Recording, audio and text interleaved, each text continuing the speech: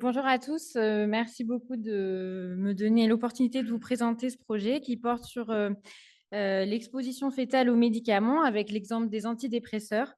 Donc, c'est un projet qui a bénéficié d'un financement par le FC3R et qui est porté par le docteur Franz Foissac. Et c'est un projet pour lequel je bénéficie également d'une bourse de thèse par la Fondation pour la recherche médicale et que j'effectue au sein de l'URP 7323, pharmacologie et évaluation des thérapeutiques chez l'enfant et chez la femme enceinte, dirigée par le professeur Jean-Marc Tréluyer, qui est également mon directeur de thèse. Donc, pourquoi est-ce qu'on s'est intéressé à ce sujet? Eh bien, parce que les données d'exposition aux médicaments durant la grossesse, c'est quelque chose de rare. Et pourquoi? Parce que souvent, les femmes enceintes ne sont pas incluses dans les essais cliniques, alors que la dépression toucherait 7 à 20 % des femmes enceintes. Et actuellement, le nombre de femmes traitées par antidépresseurs durant la grossesse, il est variable selon les études, selon les pays, mais il serait entre 2,5 et 13 %. Parmi les antidépresseurs, la classe pharmacologique qui serait la plus utilisée ou initiée durant la grossesse, c'est la classe des inhibiteurs sélectifs de recapture de la sérotonine, les ISRS. Donc, c'est des médicaments qui agissent au niveau présynaptique et qui vont aller inhiber la recapture d'un neurotransmetteur, la sérotonine, et c'est ça qui va avoir un effet sur la dépression. Et parmi les ISRS, les plus utilisés seraient l'escitalopram, la paroxétine, la sertraline, ainsi que la fluoxétine et devant le citalopram. Et donc, ce travail va se focaliser plutôt sur les trois premiers, donc escitalopram, paroxétine et sertraline.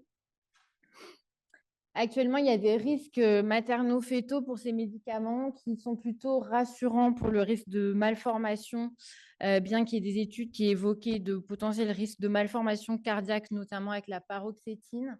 Ont également été publiés des papiers sur des risques de prématurité, de petits poids de naissance, mais aussi de troubles du neurodéveloppement, même si c'est encore très controversé. Et bien entendu, pour ces médicaments-là, il y a un risque de syndrome de sevrage à la naissance pour les nouveau-nés qui ont été exposés durant la grossesse et qui peut associer des symptômes respiratoires centraux ou même digestifs. Donc, les objectifs de ce travail, c'est de prédire l'exposition maternelle et fœtale aux ISRS, donc escitalopram, sertraline, paroxétine, sans avoir besoin d'administrer le médicament à la femme enceinte et sans avoir recours à un modèle animal ou à des produits dérivés. Et donc, quand on parle d'exposition, en fait, on pense à la courbe qui est à droite de concentration maternelle en fonction du temps. Et donc, on veut que le plus longtemps possible, quand on prend un médicament, eh bien, la femme enceinte soit dans l'intervalle thérapeutique, c'est-à-dire une zone d'efficacité, mais en dessous du seuil de toxicité. Donc, je vais vous présenter l'approche méthodologique qui se fait en deux étapes. Tout d'abord, une approche ex vivo de perfusion du cotylédon humain et puis une deuxième étape in silico de modélisation basée sur la physiologie. Donc, pour vous expliquer la perfusion de cotylédon, j'ai juste fait un bref rappel sur ce qu'est un cotylédon. Et en fait, un cotylédon, c'est une partie du placenta et c'est l'unité anatomique et fonctionnelle du placenta. Bon, j'ai le pointeur, je ne sais pas s'il marche. Et donc, si on regarde à peu près, il y a une vingtaine de cotylédons par placenta qui sont séparés par des sillons ou des septums. Et en fait, c'est l'endroit où va s'opérer les échanges fœto-maternels. Et schématiquement, ça va être divisé en trois parties. Donc, la partie maternelle où circule le sang maternel, la partie fœtale où circule le sang fœtal. Et puis, entre les deux, on a le syncytiotrophoblast et donc la barrière placentaire. Et c'est au travers de ces barrières et donc de ce cotylédon que le médicament passe ou ne passe pas. Donc, du coup, nous, on a la chance de travailler à l'hôpital Cochin-Port-Royal et donc à proximité de la maternité de Port-Royal. Et grâce aux équipes du CIC 14-19 mère-enfant, on récupère les placentas à la naissance qu'on doit perfuser dans l'heure qui suit la délivrance. Et donc, on recueille des placentas issus de patientes majeures affiliées à la sécurité sociale à partir de 24 semaines d'aménorrhée et qui sont d'accord pour signer le consentement à l'étude. Et par contre, on a également des critères de non-inclusion Donc, on exclut tout ce qui est pathologie maternelle préexistante à la grossesse, maladies vasculaires, des sérologies maternelles positives au VIH, au VHB notamment. Et puis, on ne recrute pas non plus de placenta où il y a une pathologie gravidique ou fétale, type prééclampsie, retard de croissance in utero, diabète gestationnel, malformation ou pathologie génétique, enfin tout ce qui pourrait éventuellement perturber le passage transplacentaire. Et ne sont également pas inclus les femmes sous tutelle ou curatelle et bien sûr qui refusent de participer à l'étude. Donc, la technique de perfusion ex vivo du cotylédon humain, elle consiste donc à récupérer le placenta et à perfuser le cotylédon des deux côtés. Côté fœtal, c'est la photo en haut à droite, où en fait, vous pouvez voir qu'on a mis des cathéters dans une artère et dans une veine. Et puis, côté maternel, c'est plutôt la photo en bas à gauche. Et ici, on va également introduire des cathéters. On va ensuite donc monter ce système de perfusion en circuit fermé, donc tout recircule, avec des pompes péristaltiques que vous voyez sur la photo du milieu. Et donc, on va essayer de recréer, en fait, en dehors de la maman, une circulation fœto-maternelle. Et on va, à T0 de la manip, ajouter des antidépresseurs dans le compartiment maternel à des concentrations thérapeutiques. Et on va ajouter notre molécule témoin, l'antipyrine, qui passe de façon passive la barrière placentaire, et de l'albumine humaine pour être au plus proche des conditions physiologiques. Et on va faire tourner le système pendant 3 heures et on va recueillir des échantillons côté maternel, côté fœtal, avant de les doser en chromatographie liquide haute performance. Donc, au niveau du dosage, on va commencer par le dosage de l'antipyrine, notre molécule témoin. Et en fait, elle va nous servir à voir si le placenta est validé, si la manip s'est bien passée. Donc, à T180, on va mesurer donc, les concentrations côté fœtal et côté maternel. Et il faut que le ratio de concentration soit supérieur à 75%. Et on va également regarder autre chose qui s'appelle le FTR, le Fetal Transfer Rate. Et donc là, pour le coup, c'est un ratio de quantité entre le côté fœtal et l'ensemble des quantités, fœtal plus maternelle. Et il faut que ça soit supérieur à 20%. Une fois qu'on a ces deux conditions réunies, on peut doser l'antidépresseur. Et donc, on obtient ce type de courbe. C'est un exemple où vous avez la décroissance des concentrations maternelles que vous voyez ici, et puis l'augmentation des concentrations dans le Bécher qui représente les concentrations fœtales. Ça, c'est un type de courbe. Après, ça passe plus ou moins, mais ça nous donne déjà une idée de ce qui se passe ex vivo. Et on doit répéter cette manip au minimum 10 fois pour chaque molécule étudiée. Et puis, ça nous permet déjà de comparer le passage transplacentaire ex vivo des 3 antidépresseurs en calculant le FTR, mais cette fois-ci pour l'antidépresseur d'intérêt. On a une petite étape que je vous détaille rapidement, qui est de la modélisation par une approche de population.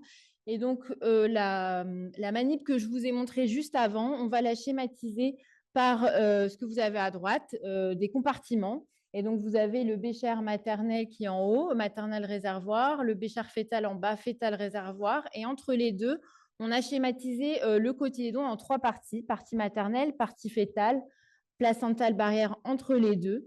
Et c'est notre cotylédon. Et en fait, cette étape-là, elle va nous servir à déterminer des constantes de transfert ex vivo. Donc, c'est les M-up, M-F, tout ce que vous voyez là, le CLPL, la clairance placentaire.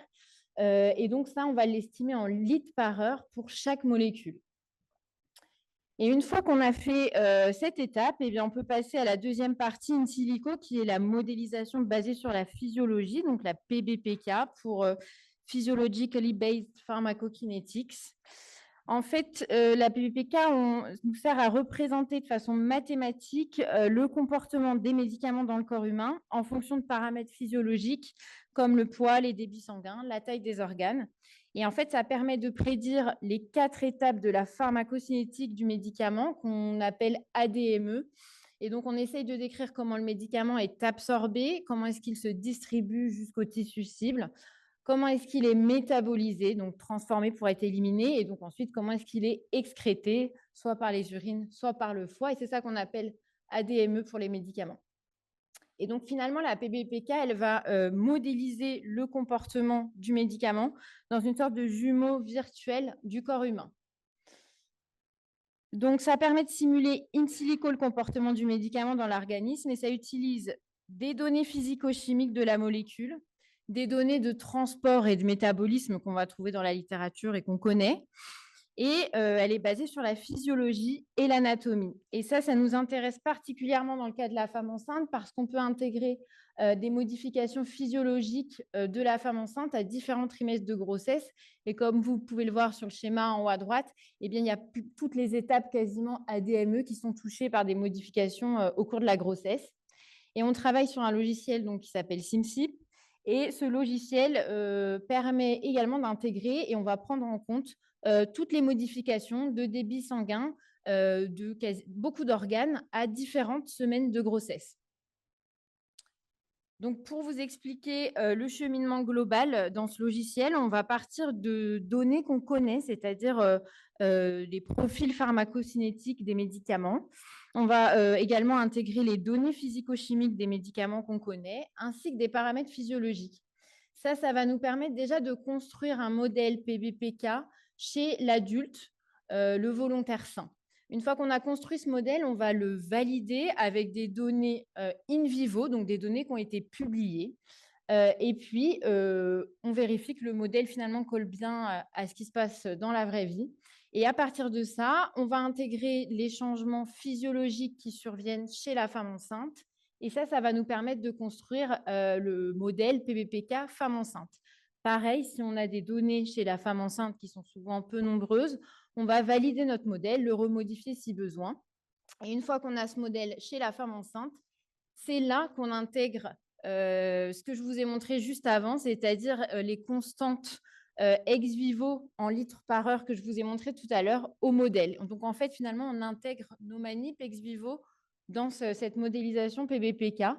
Et ça, c'est ce qui nous permet d'arriver à l'étape finale, c'est-à-dire d'arriver à un modèle qui intègre la femme enceinte, mais aussi le fœtus.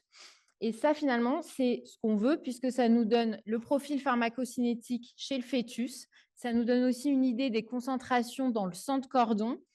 On peut du coup estimer des ratios cord-blood, donc sang de cordon sur concentration maternelle. Et en plus, ça a le gros avantage de pouvoir être fait à différents trimestres de grossesse. Donc, je vous montre rapidement un exemple.